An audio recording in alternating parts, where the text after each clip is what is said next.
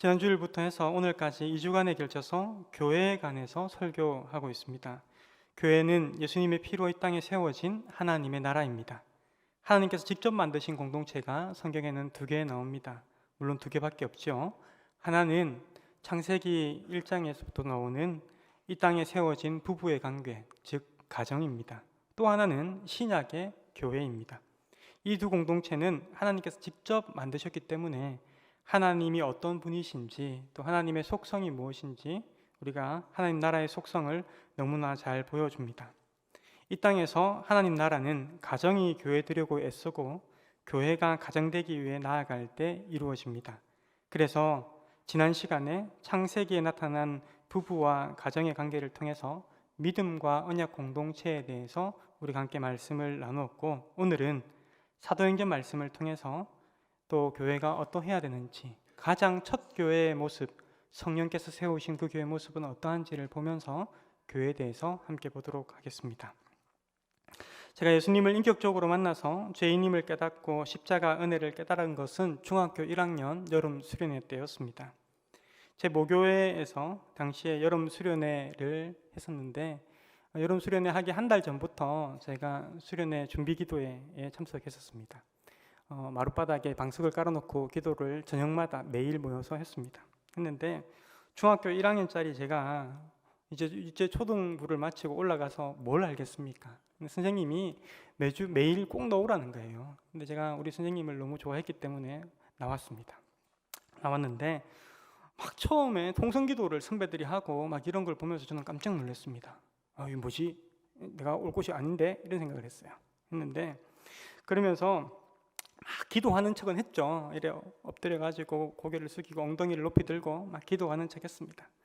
왜냐면요, 전도사님이 기도를 안 하고 있으면요, 와가지고 막 등짝을 때리면서 통성기도를 했거든요. 그러니까 전도사님이 가까이 오면 막 통성으로 막 기도하는 척하고, 전도사님이 멀리 가시면 옆에 있는 애랑 눈을 마주치며 희낙낙거리고 장난을 쳤습니다. 그래도 교회 가는 게 즐거웠어요. 마치고 나서 친구들과 함께 떡볶이 먹으러 분식집 가는 것도 너무 재미 좋았고, 그래서 아버지가 늦게 들어오면 혼내는데도 불구하고 또 시험 기간인데도 불구하고 제가 매일마다 기도회 갔던 기억이 납니다. 그리고 나서 수련회를 갔는데 석계초등학교라는, 석계 국민학교죠, 그 당시에는 국민학교라는 곳에 갔습니다. 혹시 나오신 분도 계실 것 같은데 경주 외동에 있더라고요. 부산에서 석계 국민학교 월요일부터 토요일까지 5박 6일 동안 수련회를 했습니다. 그 당시에는요, 중고등부 수련회도 다 5박 6일이었어요. 교회 부흥회도 5박 6일, 아침, 오전, 저녁 이렇게 했잖아요, 그죠? 다 기본적으로 세팅이 5박 6일입니다. 5박 6일인데 수련회를 갔는데 제 기억에 남는 게 몇 가지 장면들이 있어요. 첫 번째 장면은 비가 억수같이 장마비가 내렸습니다. 그래서 운동장에 세워진 주방, 속 걸어놓고 주방에서 권사님들이 밥 해주셨잖아요. 그게 막 난리가 났어요. 그래서 밤에 자다 말고 선배들이 밖으로 남자들 다 집합! 해가지고 그 장대비를 하고 기둥을 잡고 서 있었던 기억이 납니다. 중학교 1학년짜리 그 조그만 놈이 그걸 잡고 서 있었어요. 두 번째는 낮에 운동장 한 구석에서 제 친구랑 이야기했던 게 기억납니다. 우리 이상한 데 왔다, 잘못 온 것 같다, 재미도 하나도 없다, 뭐 이런 이야기를 하고 있었던 거. 그래서 아마 청개구리 잡아서 거기 놀곤 했었습니다. 마지막 기억에 남는 거는요, 금요일 날 밤에 제가 죄인임을 깨달은 겁니다. 그리고 나서 죽음의 문제, 사방의 문제가 그리스도의 십자가로 해결되었음을 내가 알게 되었습니다. 그리고 너무너무 행복했습니다. 엄청나게 울었고 엄청나게 기뻤습니다. 새벽까지, 진짜 동이 틀 때까지 춤을 추면서 찬양을 했습니다. 그때 찬양이 뭐냐면 예수님이 좋은 걸 어떡합니까? 요 클래식한 곡을 가지고 중학교 1학년 남자애가 덩실덩실 새벽까지 춤을 췄습니다. 너무너무 행복했습니다. 그러고 나서는 교회를 사랑했습니다. 중등부를 사랑하게 됐고요, 고등부를 사랑하게 됐습니다. 고등부 고2 때, 임원 때는 제가 고등부를 너무 사랑한 나머지 토요일마다 자율학습 마치고 그 저녁 시간에 예배당에 왔습니다. 그리고 고등부실에 가서 장의자를 다 옮겨놓고 마음이 맞는 친구 하나하고 둘이서 고등부실을 마대자루로 닦고 쓸고 했습니다. 매주마다 했습니다. 왜냐하면 누가 시키지도 않아도 제가 고등부를 사랑했기 때문에 그랬습니다. 그게 너무너무 행복했고, 그렇게 마대자루를 잡고 기도하는 마음으로 머무르는 것이 저한테 너무너무 행복했습니다. 모교회에서의 대학부 생활도 너무너무 행복했습니다. 말할 수 없이 하나님 안에서 그렇게 행복한 시간들을 보냈습니다. 저는 제 모교회에서 예수님을 나의 구주로 받아들였고 그 교회에서 예수님을 더욱 알게 됐고 이제껏 그렇게 그 공동체를 기억하면서 교회의 그 모습을 만들어 가려고 지금도 애쓰고 있습니다. 여러분들에게는 인생의 그러한 공동체, 교회가 있으십니까? 오늘 손 목사 이야기를 들으면서 내가 경험했던 그 공동체 혹시 생각나십니까? 어떤 분들에게는 우리 충진교회가 그런 곳일 것입니다. 목장의 따뜻함들, DTS 우리 동기들, 그 시절 함께 선교 훈련받고 뜨거움으로 몽골이고 캄보디아고 어디로 선교여행을 떠났던 그 나의 사랑하는 우리 지체들, 여러분 생각나지 않습니까? 그런데 여러분, 어느 시절부턴가 교회는 공동체가 사라져가고 다른 것들이 그 자리를 차지하기 시작합니다. 개인주의화된 세상의 영향으로 교회 공동체는 사라져가고 개인의 구원, 개인이 받는 은혜가 가장 중요한 것인 양 여겨지고 있습니다. 이 시대 교회는 세상의 빛간 소금의 맛을 점점 잃어져 가고 있지 않습니까? 왜 그렇게 됐습니까? 교육이 약해서 그렇습니까? 아니면 예배를 더욱더 웅장하게 드리지 않아서 그렇습니까? 예배당과 교육관이 부족해서 그렇습니까? 다 하고 다 있으면 좋지요. 그런데 저는 그것이 아니라고 생각합니다. 교회는 공동체 대신에 다른 것을 찾았습니다. 그것이 교리든 그것이 구원이든 그것이 예배든 그것이 무엇이든지 간에 교회는 공동체여야 합니다. 함께 신앙을 고백하고 함께 전도하고 함께 예배하고 함께 떡을 떼는 것입니다. 내가 세상의 빛이다 라고 예수님께서 우리를 부르신 것이 아니라 너희가 세상의 빛이다 라고 부르십니다. 너희가 소금이다 라고 불러주셨다는 것입니다. 사랑하는 여러분, 그런데 과연 우리 아이들에게는, 우리 청년들에게는 이렇게 기억하고 그 인생에 되돌아갈 공동체가 있습니까? 저는 제가 목사가 되기로 결정하기 전에 제가 아직 교회 오빠였던 풋풋한 시절에, 저도 그런 시절이 있었습니다. 저는 제가 아직 얼굴도 알지 못하는, 제 아내도 못 만났고요, 제가 아직 얼굴도 알지 못하는 제 아이들, 지금이야 뭐 얼굴을 알죠. 그 못된 놈들 얼굴을 제가 아는데 그 아이들을 생각해 본 적이 있습니다. 내가 나의 자녀들에게 무엇을 남겨줄 수 있을까? 내가 평생 그들과 함께 할 수는 없는데 내가 떠나고 나서 그들에게 무엇을 남겨줄 수 있을까 하고 고민해 봤습니다. 그때 생각했던 건 뭐냐면요, 저는 정말 제 아이들에게 예수님을 남겨주고 싶어요. 저는 정말 제 아이들에게 복음을 남겨주고 싶어요. 그런데 예수님과 복음은 눈에 보이지 않습니다. 내가 내 아이들에게 직접 만들어 남겨줄 수 있는 것이 무엇일까 생각해 봤습니다. 근데 우리가 사실 생각해 보면 이 땅에서 우리의 자녀들에게 남겨주는 게 뭐 집이나 돈이나 예금이나 그 다음에 뭐 부동산이나, 손 목사님 굉장히 물질적이네요. 이렇게 저를 쳐다보지 마세요. 그런 거 말고 생각이 안 나더라고요. 복음을 남겨줘야 되는데, 복음을. 근데 어떻게 복음을 남겨주시 하고 생각해 봤습니다. 그러다가 생각했던 게 뭐냐면요, 사실 교회를 남겨주는 게 복음을 남겨주는 것이다. 부모는 떠나도 이들과 함께 할 수 있는 교회를 남겨주는 게 제일 중요하겠다라고 생각을 하고 목사가 되었습니다. 여러분, 아이들에게 예수님을 주고 싶은데 방법을 모르겠고, 또 어떤 날에는 예수님의 그 믿음이 실제하는 것처럼 느껴지지만 어느 날에는 진짜 예수님이, 하나님이 계시기는 한 건지 의심하지도 않습니까?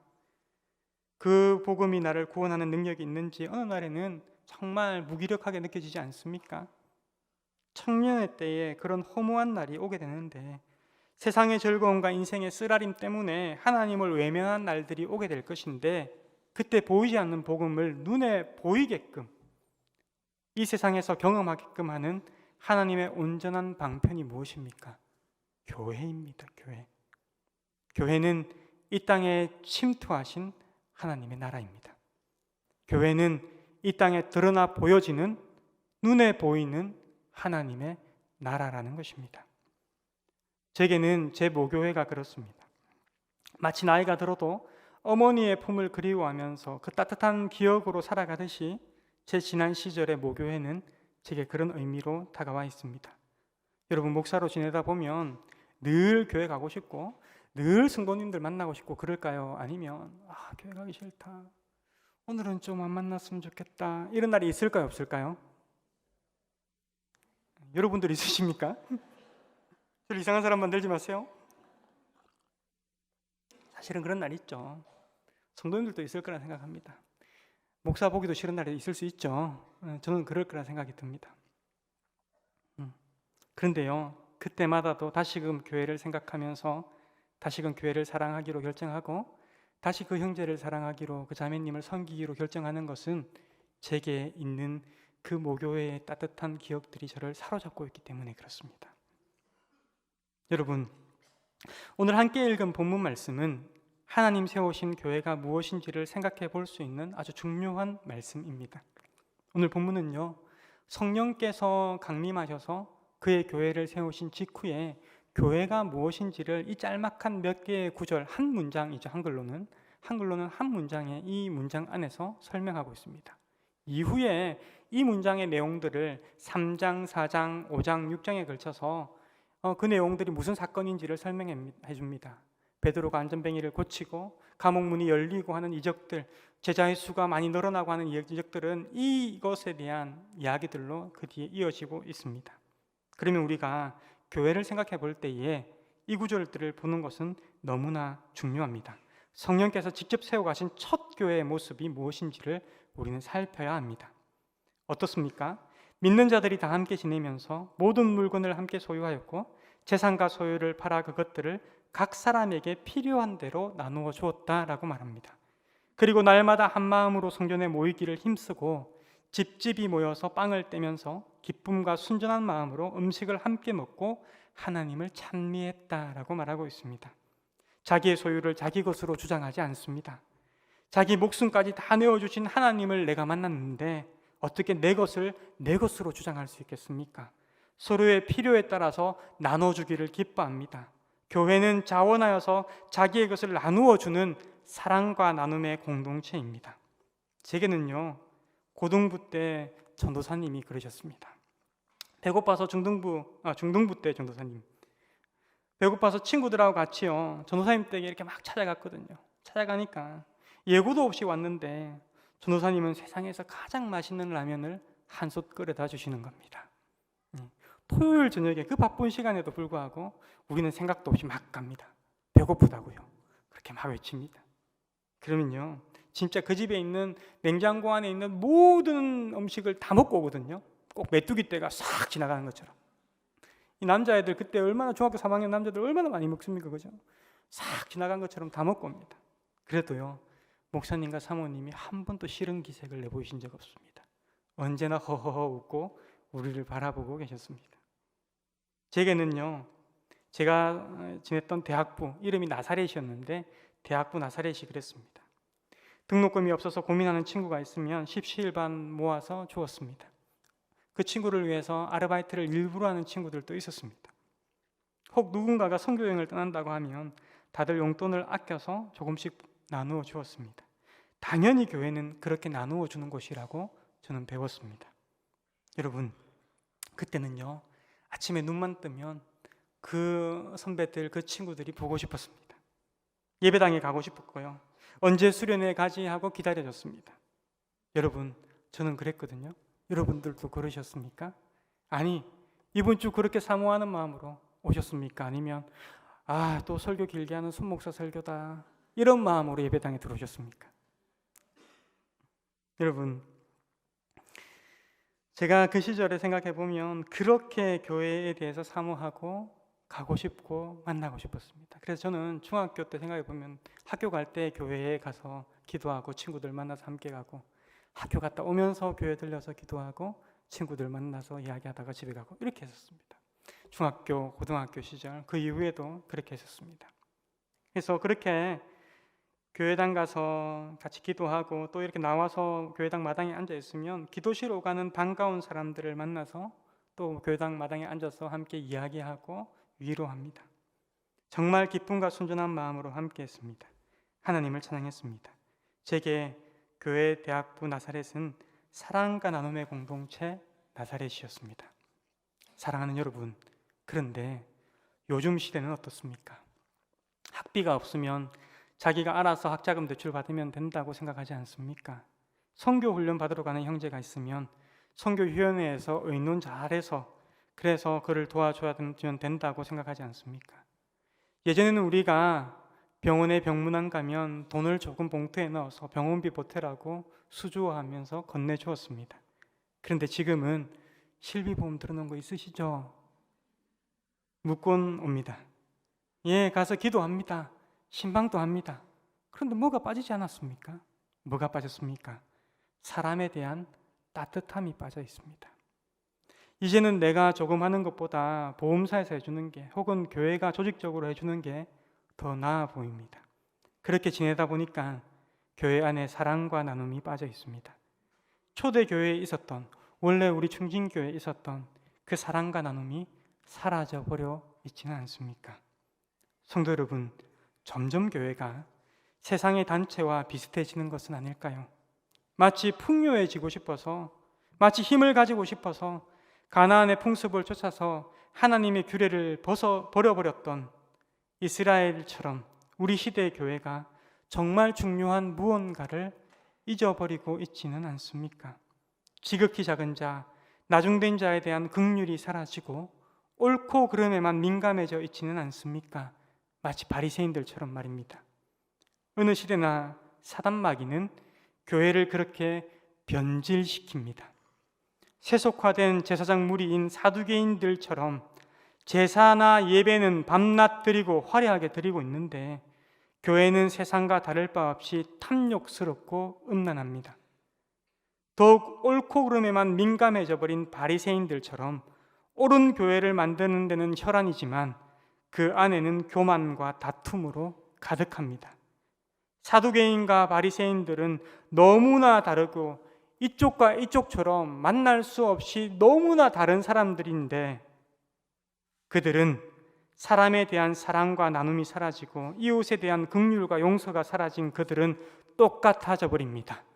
똑같이 예수께 책망을 받습니다. 똑같이 그들은 예수님을 죽입니다. 우리 시대 조국 교회가 사두개인처럼 세속화되어서 종교화되어 버리거나 바리새인처럼 옳고 그름에서 싸우면서 그렇게 무너지고 있지는 않습니까? 그리스도인의 몸된 교회가 왜 이렇게 되어버렸을까요? 사랑하는 여러분, 저는 우리가 복음을 너무 좁게 그렇게 이해하고 있어서 그렇지 않나라고 확신합니다. 예수님의 복음은 하나님 우리를 사랑하셔서 자기 몸 지키시고 그 구하셨다는 그 복된 소식은 우리는 그 복된 소식을 나의 천국 데려가는 그런 개인의 구원으로만 받아들이고 있지는 않습니까? 물론 복음은 나를 구원하여서 영생을 주는 능력이 됩니다. 그런데 예수님께서 전하신 복음은 복음서에 분명히 천국 복음, 하나님 나라 복음이라고 기록되어져 있습니다. 그것은 예수님이 우리의 왕으로 오셨다는 말씀입니다. 그것은 우리가 하나님이 그토록 사랑하시는 그의 나라, 그의 백성 되었다는 말입니다. 하나님께서 다스리시는 그의 나라가 구약에서는 이스라엘이었다면 신약에서는 하나님의 나라를 바라는 그곳은 무엇이냐면 바로 교회라는 것입니다. 천국 복음은 1차적으로 개인이 아니라 하나님 나라를 추구하며 하나님 나라를 바라며 이 땅 가운데 하나님 나라를 나타내는 교회를 향한 복된 소식입니다.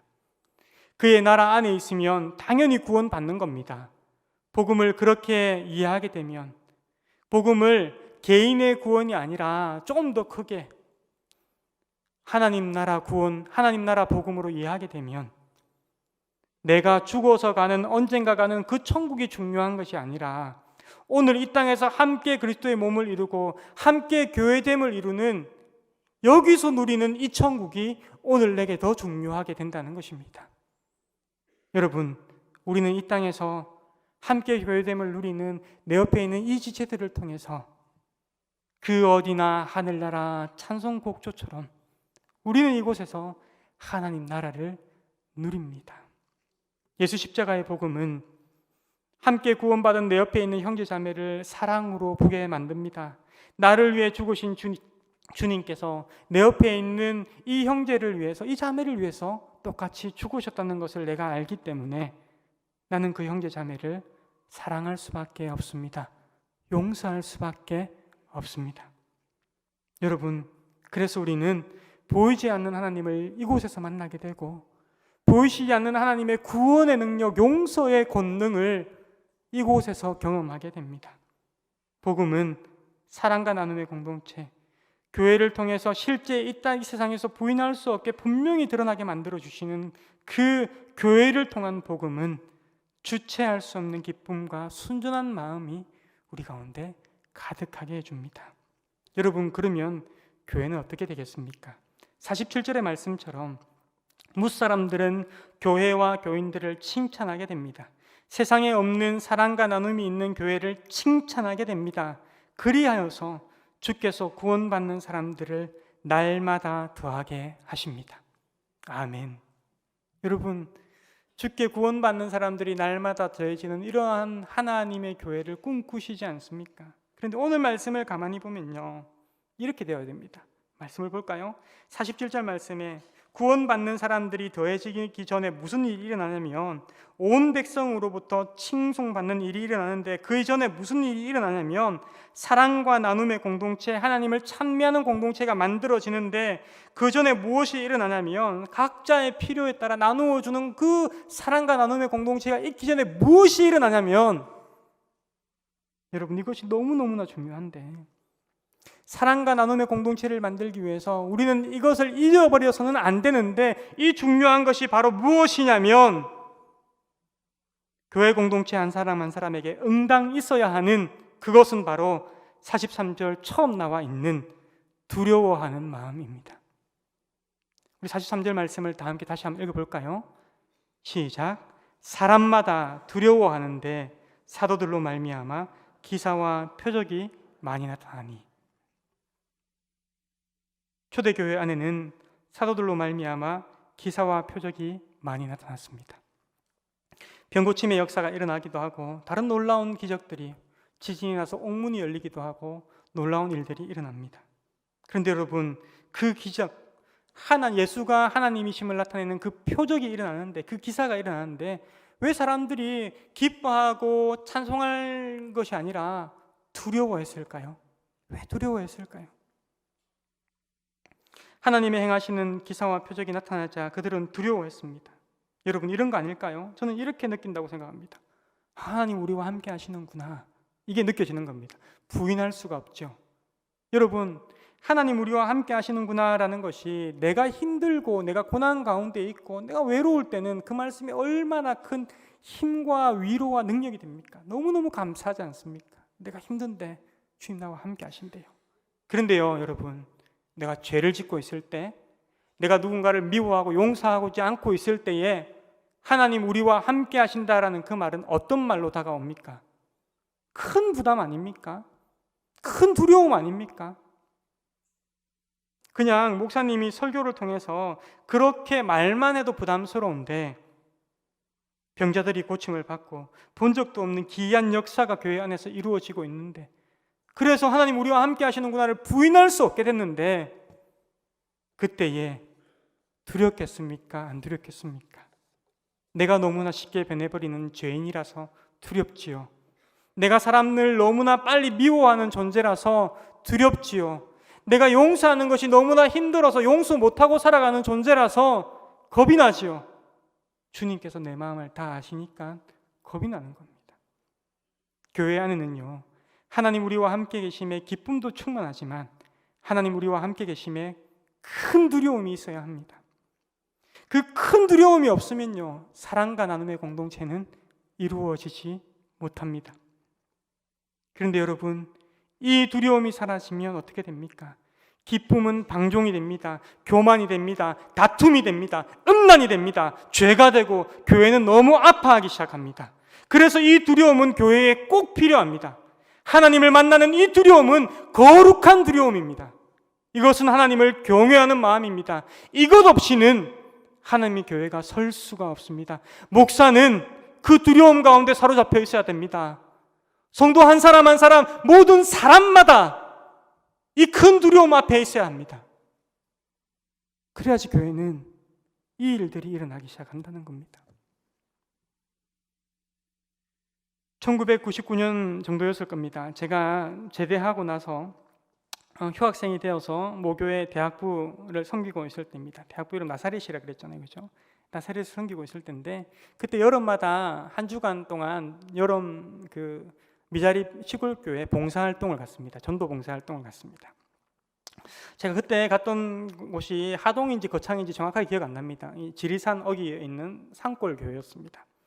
그런데 그 교회를 섬기고 전도하기 위해서 목사님이 고군분투하고 계신데 우리도 그 교회를 정하고 계속해서 기도했습니다. 매일마다 모여서 기도했습니다. 그리고 주중에는 이렇게 특공대를 만들어 가지고 그곳에 파견했습니다. 가서 사람들을 섬기고 마을을 청소해주고 인사하고, 인사만 잘해도 되잖아요, 그죠? 인사하고 현수막을 붙이고 여름 성경학교 한다고 학교 앞에 가서 전도를 하고 막 이렇게 했습니다.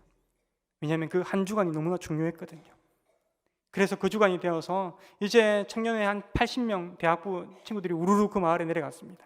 월, 화, 수요일 열심히, 정말 열심히 봉사했습니다. 혼자 사시는 할머니 집 가서 청소도 해드리고 이불 빨래 해드리고 심지어 벽지도 발라드리고 집도 고쳐드리고 페인트 칠도 하고 정말 할 수 있는 모든 수고를 다 했습니다. 왜냐면요, 목요일 날 마을 잔치를 교회에서 해야 되거든요. 미안해서라도 오게 만들어야 됩니다. 얼마나 애를 썼겠습니까? 정말 애를 썼습니다. 예배당 그 문지방이라도 한번 밟게끔 하기 위해서, 목사님 그 짧은 말씀이라도 한번 듣게 하기 위해서 정말 많이 가서 수고하고 애썼습니다. 그런데요, 그때 태풍이 불었습니다. 비가 조금씩 오는 날들이 생겼습니다. 수요일 되니까요, 장대비와 바람이 몰아치기 시작했습니다. 한번 찾아보세요. 1999년에 그 여름에 내렸 태풍은 어마어마한 태풍이었습니다. 바로 그 뒤에 지리산에서 사람들이 실종되고 이제 부산에 있는 부모님들은 걱정이 돼가지고 전화가 오기 시작하고 빨리 철수해라 뭐 이렇게 했었습니다. 그런데 우리는 기대하는 바가 있어서 열심히 수요일 밤에 기도했습니다. 하나님, 우리가 이렇게 애쓰고 기도했습니다. 막 기도했습니다. 정말 뜨겁게 기도했거든요. 목요일 날 아침에 비가 왔겠습니까? 안 왔겠습니까? 이럴 때 뜸을 좀 들여야 되죠. 비가 왔습니다. 억수같이 내렸습니다. 억수같이 내렸어요. 정말 비가 많이 내렸어요. 하나님 일하심이 그런가 이런 생각도 들고 우리가 정말 힘들었거든요.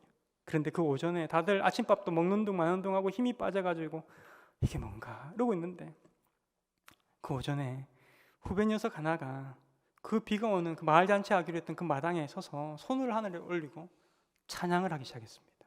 찬양을, 하나님께 기도를 하기 시작했습니다. 감사를 하기 시작했거든요. 그러니까 이 대학생 청년 하나씩 그 비 속으로 다 들어가는 겁니다. 그 억수같이 내리는 비를 맞으면서 다 같이 손을 들고 찬양하기 시작했습니다. 1시간여 분 동안 뜨거운 기도회와 예배를 드렸습니다. 한 친구가 찬양을 부르면 따라 부르고, 한 친구가 기도하기 시작하면 따라 기도하고. 여러분, 그래서요, 비가 그쳤습니다. 비가 그쳤는데 태풍이 지나가는 시간이었거든요. 비가 그쳤습니다. 너무너무 우리가 놀라고 감사해서 빨리빨리 교회 마당에 있는 물을 치우고 다시금 전등을 달기 시작하고 마당에 음식을 하고 동네 다니마다 마을잔치 취소 안 됐습니다 합니다라고 광고하기 시작했습니다. 차를 몰고 어르신들을 모셔오기 시작했고요. 대접하고 연극으로 준비했던 모든 것들로 복음을 전했습니다. 목사님이 그 마을 성도들 사람들 한 명 한 명과 인사하고 복음을 전했습니다. 그렇게 하고 나서 그 어른들을 그 밤에 다 모셔다 드리고 는데 어떻게 됐겠습니까? 폭우가 내리기 시작하는 겁니다. 막 엄청난 폭우가. 여러분, 전율이 느껴집니다. 공동체가 비를 맞고 돌아와서 밤새도록 그 비를 맞으며 찬양하고 기도하고 감사했습니다. 혹자는 말할 수 있겠죠. 목사님, 그냥 뭐 태풍이 그렇게 될 수 있죠. 태풍에 눈이란 게 있는데 목사님 잘 모르시는가 보다. 태풍에 눈에 잠깐 들어가면 비가 안 와요. 여러분, 그 옆에 있는 지리산에는 사람이 실종되고 이랬고요. 수키로밖에 안 떨어져 있는 읍에는 비가 그친 적이 없다고 합니다. 이곳에는 5시간 동안 비가 그쳤습니다. 우리가 그 소식을 들었습니다. 하나님 우리와 함께 하시는구나. 하나님 우리를 기뻐하시는구나. 여러분, 뭐 이런 전율만 있었겠습니까? 공동체 생활을 하는데요, 사람이 변하는 기적은 너무너무나 많았습니다. 여러분, 제가 대학부 나사렛, 제게는 그곳은 사랑과 나눔의 공동체였습니다. 내 것을 나누어 주는 것에 거리낌이 없었습니다. 내가 손해본다는 생각이 전혀 없었습니다. 왜냐하면 하나님 우리와 함께 계셨기 때문에 그렇습니다. 기사와 표적으로 인해서 하나님 우리와 함께 계심이 분명하기에 기쁨과 두려움이 있는 하나님의 교회였습니다. 사랑하는 여러분, 하나님이 우리와 함께 계십니다. 여러분, 하나님이 우리 충진교회와 함께 계심을 믿으십니까? 옛날에 함께 계신 것이 아니라 오늘 또 함께 계심을, 이 자리에도 함께 계심을 여러분 믿으십니까? 그러면 이 거룩한 두려움을 가지십시오. 형제를 미워하고 거짓을 행하며 악한 것들이 내 마음속에 들어올 때마다 하나님이 사랑하시는 교회임을 깨닫고 두려워하십시오. 교회 리더십들을 향해서 불평의 마음이 생길 때마다 하나님이 사랑하시는 교회임을 깨닫고 두려워하십시오. 목사는 마땅히 성도를 만날 때마다, 마땅히 강단 위에 설 때마다 그 두려움에 사로잡혀야 할 것입니다. 우리 모두 한 사람 한 사람이 그 두려움에 사로잡혔으면 좋겠습니다.